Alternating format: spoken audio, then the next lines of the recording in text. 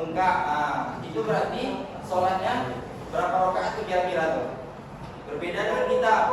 Kita 2 rakaat saja sudah malas selesai kan? Nah, kaki kita sudah lemah.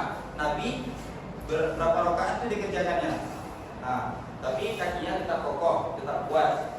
Nah, sunah-sunahnya apa lagi yang lain? Selain sholat tahajud, sholat duha, apa lagi? Kalau tentang berpakaian Nabi, bagaimana? Ada yang tahu? Kalau laki-laki lah terlebih dahulu, karena Nabi kan laki-laki kan. Nah, pakaiannya yang sunah-sunah apa aja? Memakai jubah. Terus apa lagi? Kalau jenggot itu sunah enggak? Nah, boleh apa enggak? Nah, kalau sunah itu apa artinya? Tidak apa-apa. Nah, selain itu apa lagi? Dari pakaian Nabi, dari tampilan Nabi, apa lagi? Banyak lagi kan? Dalam cara berjalannya, makannya, minumnya, semuanya. Nah, Bapak mau tanya, kalau minum Nabi itu bagaimana? Kita dianjurkan? Nah, terus harus duduk. Nah, tapi Nabi pernah minum air zam-zam sambil berdiri. Nah, jadi yang ketiga, selanjutnya memiliki perasaan takut akan azab Allah. Nah, jadi kita di dunia ini jangan semena-mena. Kita hidup di dunia ini pasti ada balasannya. Ketika kita durhaka kepada orang tua kita, maka pasti ada balasan dari Allah. Itu kontan, di dunia dapat, di akhirat pun dapat. Nah, jadi kalau kita durhaka dengan orang tua kita, maka turunlah azab Allah kepada kita. Musibah itu termasuk azab enggak? Misalnya musibah itu apa aja? Seperti gempa, banjir, longsor, tsunami. Nah, itu musibah kan? Nah, itu apa akibatnya itu? Apa akibatnya itu? Kok bisa longsor? Apa lagi? Banjir. Karena orang yang ada di kampung itu atau di desa itu banyak melakukan maksiat. Nah, jadi Allah menurunkan azab ke desa orang tuh, ke kampung orang tuh. Nah, jadi hidup kita itu jangan semena-mena saja. Jangan maunya kita aja. Kita ini sebagai umat Islam, agama kita Islam, pasti ada aturannya, ada syariatnya. Lanjut yang keempat, yaitu berserah diri kepada Allah. Ini maksudnya gimana? Berserah diri kepada Allah.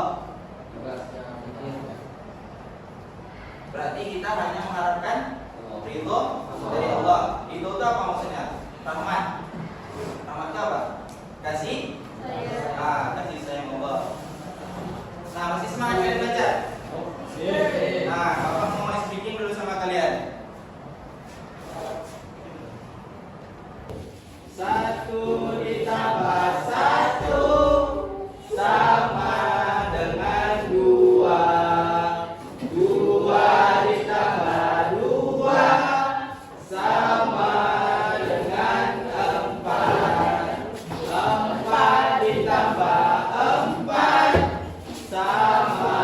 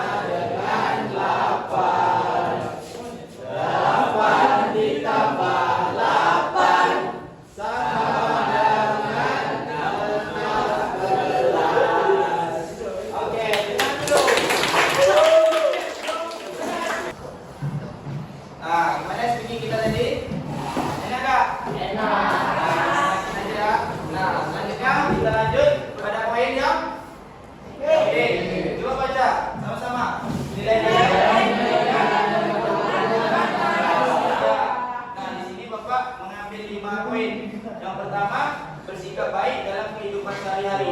Ada yang tahu bagaimana kita itu bersikap dalam kehidupan kita sehari-hari? Kita itu harus bermasyarakat contohnya. Misalnya sama tetangga, sama kawan, sama siapa lagi?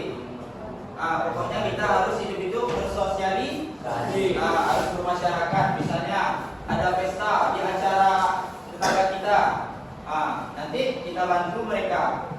Terus acara apa lagi? Hajatan, kita bantu mereka. Pokoknya kita harus membantu satu sama lainnya. Yang kedua, saling membantu dalam hal kebaikan.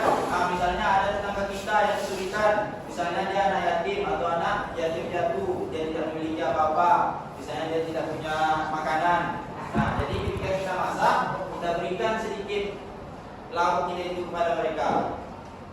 Disitulah letak keberkahan rezeki kita tersebut. Jadi kalau kita punya rezeki, kalau kita punya makanan yang lebih, duit yang lebih, kita berikan kepada mereka. Karena seluruh gaji kita itu, misalnya kita sudah bekerja nih, itu bukan hak kita saja, tapi ada hak orang lain yang ada di situ. Yang ketiga, taat dan patuh kepada orang tua. Ini sangat penting sekali. Kita harus beretika, harus menghargai orang tua kita, bukan hanya di rumah. Kalau di sekolah ini siapa orang tua kalian? Guru kalian lah. Bagaimana kalian menghargai orang tua kalian di rumah, cintai orang tua di rumah? Begitu juga lah di sekolah ini. Terus selanjutnya mempererat tali silaturahmi. Misalnya kalian ini sudah tamat SMK nih. Misalnya kalian ada yang lanjut kuliah, ada yang lanjut bekerja. Nanti di situ pasti kalian terjalin silaturahmi kalian tuh. Misalnya grup kalian ada nih, mau berkumpul misalnya, mau buka bersama, yakin semua yang datang tuh. Kalau bisa, kalau ada jadwal seperti itu, kalian datanglah. Karena silaturahmi itu harus dipererat atau dijaga.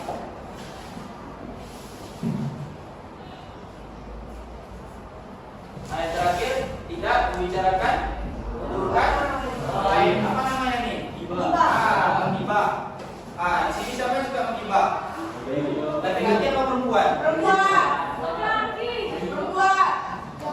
Dasar kita tunjuk. Kita aja kalau itu ceritakan keburukan orang lain. Apakah baik seperti itu? Cobalah orang tua kita yang ceritakannya. Sakit hati nggak kita? Jangan pernah kita membicarakan keburukan orang lain, karena nanti ada timbal baliknya.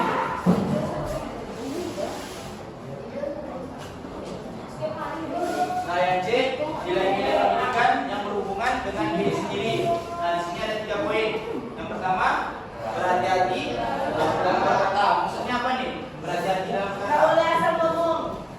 Dalam berkata kasar. Contohnya banyak anak-anak sekarang yang berkata kasar. Banyak. Itu tidak baik ya. Apalagi dengan orang tua kita. Mau di rumah maupun di sekolah. Karena kalau kita membicarakan kata-kata kasar kepada orang tua kita, maka sakit hatinya. Kalian dicap sebagai anak durhaka. Atau kalian doakannya enggak sama orang tua kalian kan? Langsung terjadi. Itulah, jangan berbicara kasar. Yang kedua, kita apa? Kemaluan. Ya, jaga kemaluan. Jadi kita mau laki-laki mau perempuan harus menjaga berarti itu. Dan yang ketiga, menjaga kehalalan makanan dan minuman yang masuk ke dalam tubuh. Contohnya apa nih? Misalnya kita nih bekerja tapi dengan cara tidak halal. Contohnya seperti apa? Korupsi, apa lagi? Rokok, apa lagi? Yang sekarang lagi viral, masa nggak tahu kalian? Judi. Misalnya kalian bekerja sebagai judi online. Kalian mendapatkan duitnya itu dengan cara yang tidak baik atau haram. Jadi kalau masuk makanan itu ke dalam tubuh kalian, maka kalian itu akan sulit beribadah. Sedangkan kita yang makanan yang halal aja, malas kita ibadah. Apalagi makanan yang itu membaratkan kita atau melangkah kaki masjid. Mungkin materi kita sampai di sini. Ada yang mau ditanyakan?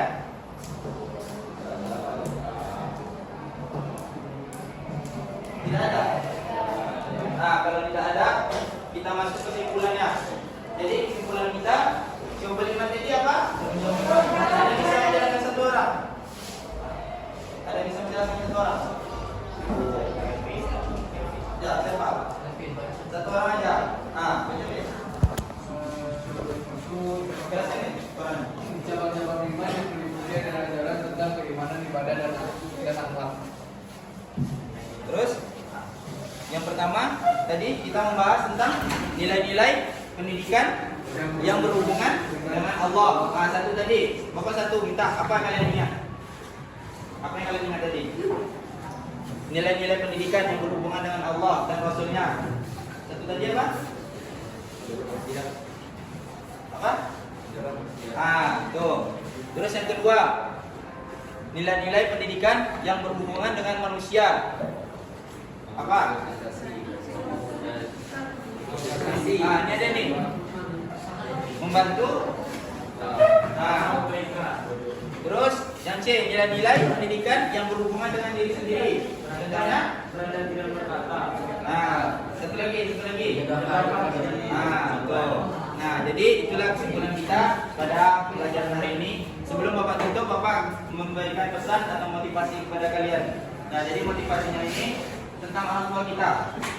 Nah, jadi ketika kalian sekolah ini, tujuan kalian adalah untuk misalnya kalian masih ada orang tua kalian yang mengantar kalian ke sekolah, kalian malah pergi ke tempat yang lain. Misalnya anak laki-laki ini ke kedai, ke warnet, ke kemana gitu kan. Nah, itu berarti orang tua kita nanti sudah tidak percaya kepada kita lagi. Nah, jadi apapun yang dikatakan oleh orang tua kalian maka dengarkanlah, karena nantinya kalian ketika kalian sekolahnya di sini, kalian akan menjadi orang yang sukses insya Allah dan bisa membantu orang tua kalian. Misalnya orang tua kita tidak berkecukupan nih, tidak mempunyai rezeki yang banyak, dan kita serius dalam belajar kita, dan kita nanti kuliah S1, S2, S3, nah bisa membantu orang tua kita. Oke? Baiklah, mungkin itu saja pembelajaran kita pada hari ini. Sebelum Bapak keluar, marilah kita berdoa kembali. Ya, pimpin Bapak kelasnya. Doa mulai.